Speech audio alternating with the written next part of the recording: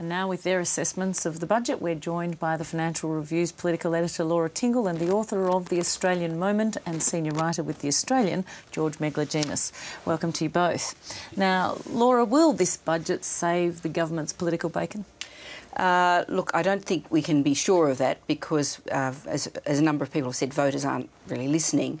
But I think you'd have to say that the government has given its absolute best shot to getting voters to pay attention and reconsider their views of Labor, both as economic managers and in terms of the fact that they will probably feel a lot better with all these oodles of payments coming their way, not just from the ones in the budget now, but also ones that are already in place for the carbon tax. And they'll be coming in the coming weeks. They'll be starting, depending on what happens with the education bonuses, as Andrew Robb was saying, they start possibly next month, and there's also those wonderful payments in a political sense that will start in July next year, just before the election.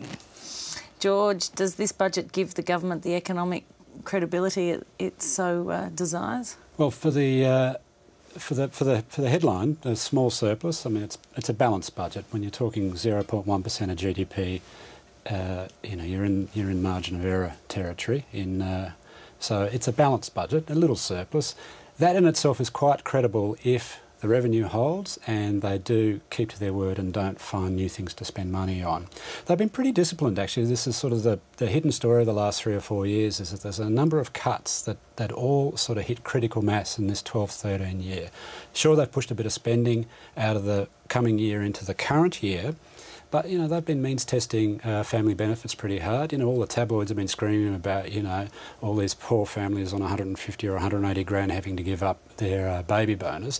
So these things have all started to accumulate, and we're at a point now where they can demonstrate that coming out of the GFC, they've been able to bring spending roughly back to where it was, to balance the budget. The difference is, of course, that revenue has fallen off a cliff and it's not coming back anytime soon. So economic credibility, well, this thing cuts to both sides of politics. I wouldn't be offering new spending in the coming election cycle with a budget with a razor-thin surplus of 0.1% of GDP. You've specifically been analysing the spending measures in this budget. Have you found anything that has come as a surprise on either the upside or the downside? Yeah, there's a couple of things that are going on. We've sort of now gone to some detail, which we'll put in tomorrow's paper, that tracks spending by line item going back to 2000, and some relationships have started to change. This government is reprioritising. What they've basically done is made room for the big three, which are welfare payments and other benefits, spending on health and spending in education. They're at the highest proportion since the GFC. So this is kind of like a son of the stimulus that you've just got with these education payments and these family payments. But they've pretty much pushed everything else out of the way, defence and the like. Defence is the big one. You've long argued that defence, you argued in fact that defence could have been halved. I think you could halve it, but a lot of the defence chiefs then want to jump up and down and say, look, don't you realise that we have to be inoculated from all these things?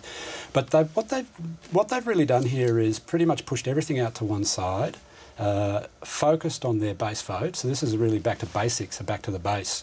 And there's a couple of other things. There's a squeeze on higher income earners again in this thing. There's a change to superannuation, a couple of other matters. But essentially what they've done is told everybody else to clear out.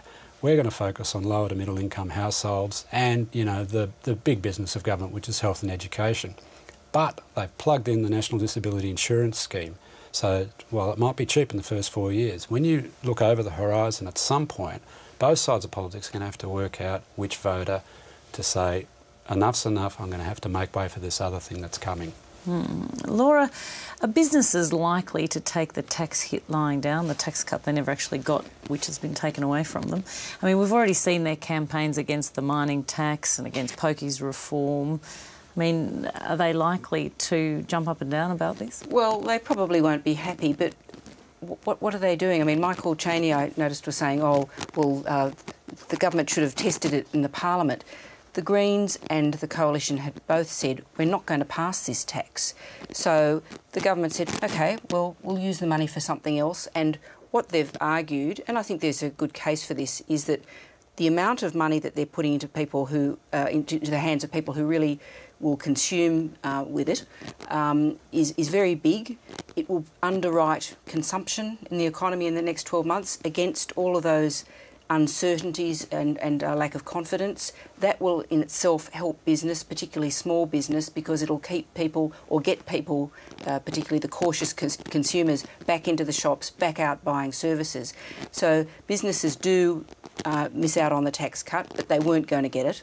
And the government will be arguing, blame the coalition for that, and in the meantime we'll be giving you some guarantee of continued economic activity.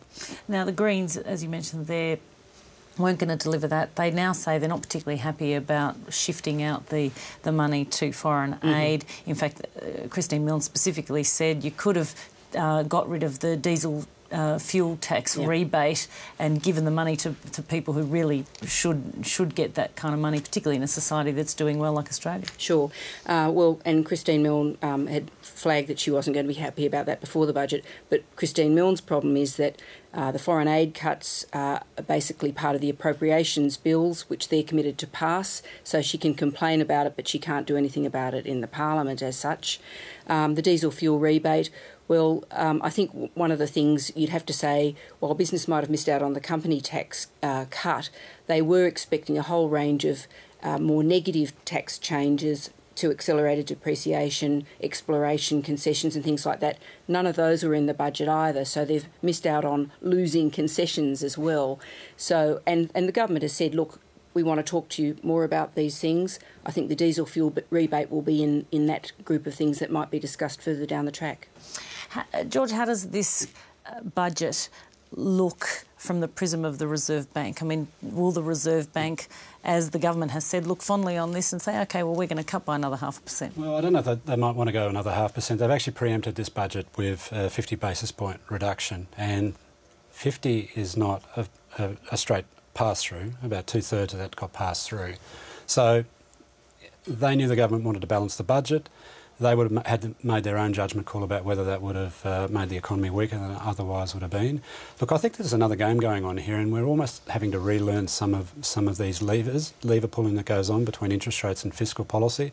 It's all about trying to put a lid on the dollar and maybe try to gently walk it back, because the dollar is doing more damage to that 9/10 of the economy, the 8 or 9/10 of the economy, not hooked up to the mining boom, than anything else that any federal government could do or any opposition could do. So, and this last cut hasn't done much to move the dollar down. It didn't move it much at all. No. But it came back about a few cents. But helped to nudge. They would have needed it a bit more than that. Yeah. Yeah, it's probably like the reverse of petrol prices. Remember when petrol prices crossed $1 a litre for the first time and John Howard almost, lost everything? If you get a little bit below parity, people might feel a little more relaxed. It's strange that in this sort of floating environment that something like that is sort of suffocating the rest of the economy, tourism, retail, all the other sectors, manufacturing, of course. So in terms of whether that surplus and the interest rate cuts in combination are going to land a lower dollar, well, I think the rest of the world still wants to lend us money, so we're in a bit of an unknown territory here. Good bind to be in, though. Thank you very much for coming in to both of you. Thank you.